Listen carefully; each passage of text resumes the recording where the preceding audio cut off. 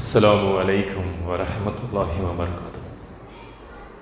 इन्नल हम्दुलिल्लाहि नहमदुहु व नस्तईनुहु व नस्तगफिरुहु व नऊज़ु बिल्लाहि मिन शुरूरि अनफुसिना व मिन सय्यिआति अमालिना। मन यहदिहिल्लाहु फला मुदिल्ल लहु व मन युद्लिल फला हादिय लहु। व अशहदु अन ला इलाहा इल्लल्लाह वहदहु ला शरीका लहु व अशहदु अन्न मुहम्मदन अब्दुहु व रसूलुहु। अम्मा बअद।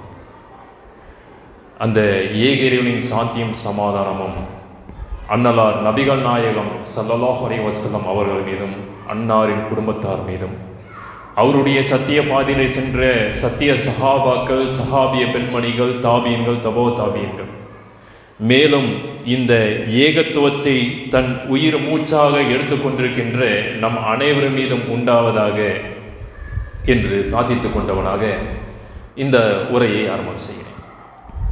வல்ல ரஹ்மானின் அளப்பெரும் கிருபையினால் கடமையான தொழுகைகளை நிறைவேற்றியவர்களாக இன்று நாமெல்லாம் இந்த பயானின் நிகழ்ச்சியிலே ஒன்று கூடியிருக்கிறோம். ஒரு மனிதனுக்கு இத்தகைய அல்லாவின் அருட்கொடைகளான இந்த நேரங்கள் எல்லாம் ஒரே போல கிடைக்கிறதா அல்லது ஒரே போல பயன்படுத்துகிறார்களா என்று பார்த்தோம் என்று சொன்னால் ஒவ்வொருவருக்கும் வித்தியாசம் இருக்கு. எப்படி சமுதாயத்தில் ஏழை பணக்காரங்க, படித்தவர்கள் படிக்காதவர்கள், இப்படின்னு சொல்லி நல்லவர்கள் கெட்டவர்கள், இப்படின்னெல்லாம் மனிதர்களிடம் வித்தியாச வேறுபாடுகள் இருக்கிறதோ அதே போல மனிதர்களின் நன்மைகள் செய்யக்கூடிய அமல்கள் என்று சொல்லப்படக்கூடிய அல்லாவின் நேசத்தை பெறக்கூடிய விஷயங்களிலும் வித்தியாசங்கள் உண்டு, ஏற்றத்தாழ்வுகள் உண்டு. அப்படி இருக்கும்போது இந்த ஏற்றத்தாழ்வுகள் எங்கே வருகிறது? நல்லா சிந்தித்து பாருங்க. ஒரு இடத்திலே தான் இது எல்லாத்துக்கும் மாற்றம் அடையுது. ஒரே இடம், அது நம்முடைய உள்ளம். நம்மளுடைய உள்ளத்திலே ஒருவர் இந்த காரியத்தை செய்தால் எனக்கு மிகப்பெரிய நன்மை கிடைக்கும்னு சொல்லி நினைக்கிறாரு, அதை செய்கிறார், நம்புறார். நம்பி எதை செய்கிறார்? படைத்த இறைவன் ஒருவன் தான் அப்படின்னு சொன்னா அதை நம்புறார். படைத்த இறைவன் தொழுகையை கடமையாக்கி இருக்கிறான் என்று சொன்னால் அதை நம்புகிறார், செய்கிறார். யார் செய்ய மாட்டாங்க? படைத்த இறைவன் ஒருவன் தான், நம்பிட்டேன், ஆனால் தொழுகையை அல்லாதான் கடமையாக்க சொன்னான், ஆனால் நான் அதை செய்ய மாட்டேன். இது என்ன? நம்பிக்கை குறைவு. அப்ப நல்லா சிந்தித்து பார்க்கணும். பல பேருடைய உள்ளங்களிலே இந்த நம்பிக்கை குறைவு என்பது யாரால உண்டாக்கப்படுது?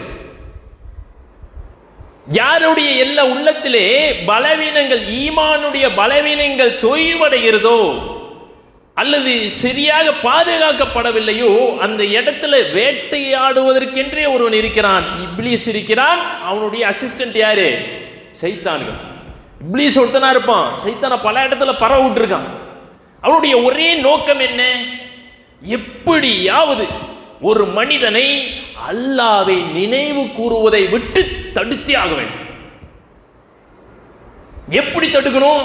எதுக்கு அவன் தடுக்கிறான்? அல்லாஹ்வை நினைவு கூர்ந்தால் உள்ளங்கள் அமைதி வருகின்றன. அல்லாஹ்வே சொல்லிட்டான், ஒரு தடவைக்கு 2 தடவை சொல்லியாச்சு. ஆனாலும் எங்கடா இவங்க உள்ளம் நிம்மதி ஆயிடுச்சுன்னா, ஒருத்தர் நிம்மதியா இருக்கும்போது எப்படி இருப்பாரு? சரியான முடிவு எடுப்பார். அவர் உள்ளம் தவறான முடிவு எடுக்காது. நல்லா ஃப்ரெஷ்ஷா வராங்க. ஃப்ரெஷ்ஷா இருக்கிறவங்க எப்படியுமே எப்படி இருப்பாங்க? ஆக்டிவா இருப்பாங்களா? அந்த மாதிரி இருப்பாங்க. அந்த வேலையை அவர்களை செய்ய வச்சிடக்கூடாது. இந்த நம்பிக்கையை விட்டு அவர்களை உடைத்து விட வேண்டும் அப்படின்னு சொல்லி இந்த சைத்தான் எடுக்கக்கூடிய முதல் வேலை என்ன? அவர்களை திசை திருப்புவது. ஒரு காரியத்தை செய்யும் பொழுது அதை திசை திருப்பி விடுவது.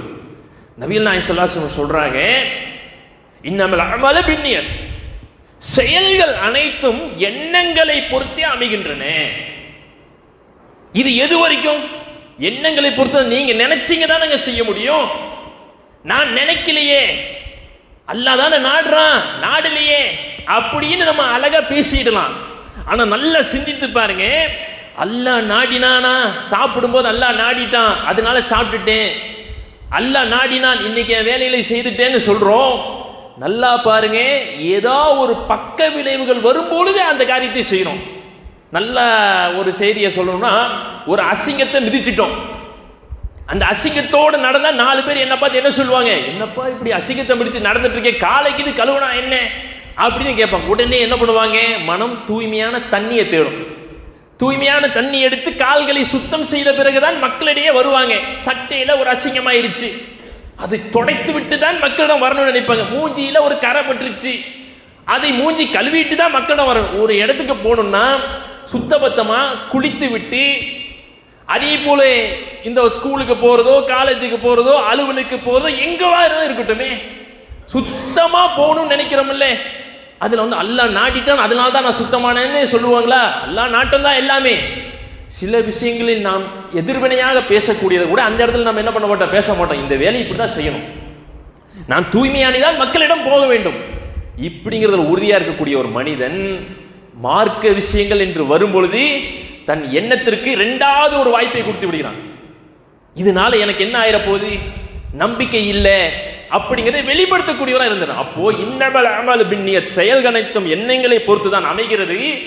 நாம் நம்முடைய எண்ணங்களின் பால் அல்லாவை நேசிக்கக்கூடியவர்களாக இருக்குமா? வார்த்தையில் ஈஸியாக சொல்லிடலாம், வார்த்தையாக சொல்வது எளிது. இது எது வரைக்கும்? ஒருத்தர் மௌத்தார் வரைக்கும் தான் பேசுறது. என்னது? மௌத்தார் வரைக்கும் தான் பேசுவோம்.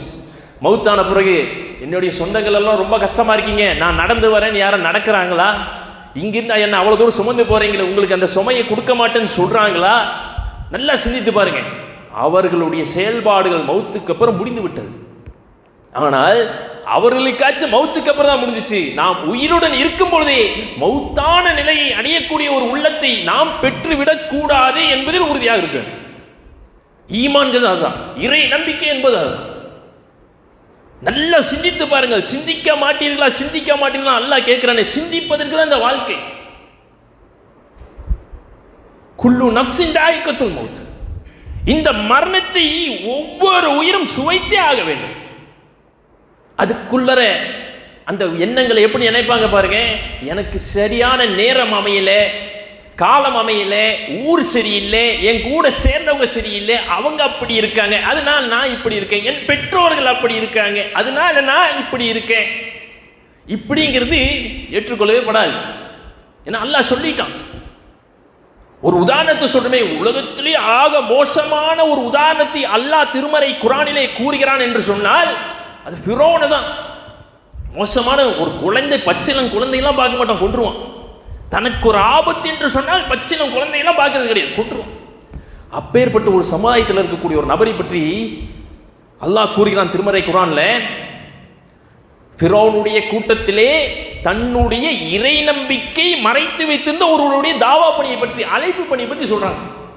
நம்ம என்ன நினைப்போம், எல்லாரும் என்னை சுத்தி கெட்டவங்களா இருக்காங்க அதனால நான் கெட்டவனா போயிட்டேன், என்னை சுத்தி எல்லாரும் வட்டி வாங்குறாங்க அதனால நான் வட்டி வாங்குறேன், என்னை சுத்தி எல்லாரும் தொழுவதில்லை நானும் தொழுவதில்லை இப்படின்னு சொல்றோம்ல.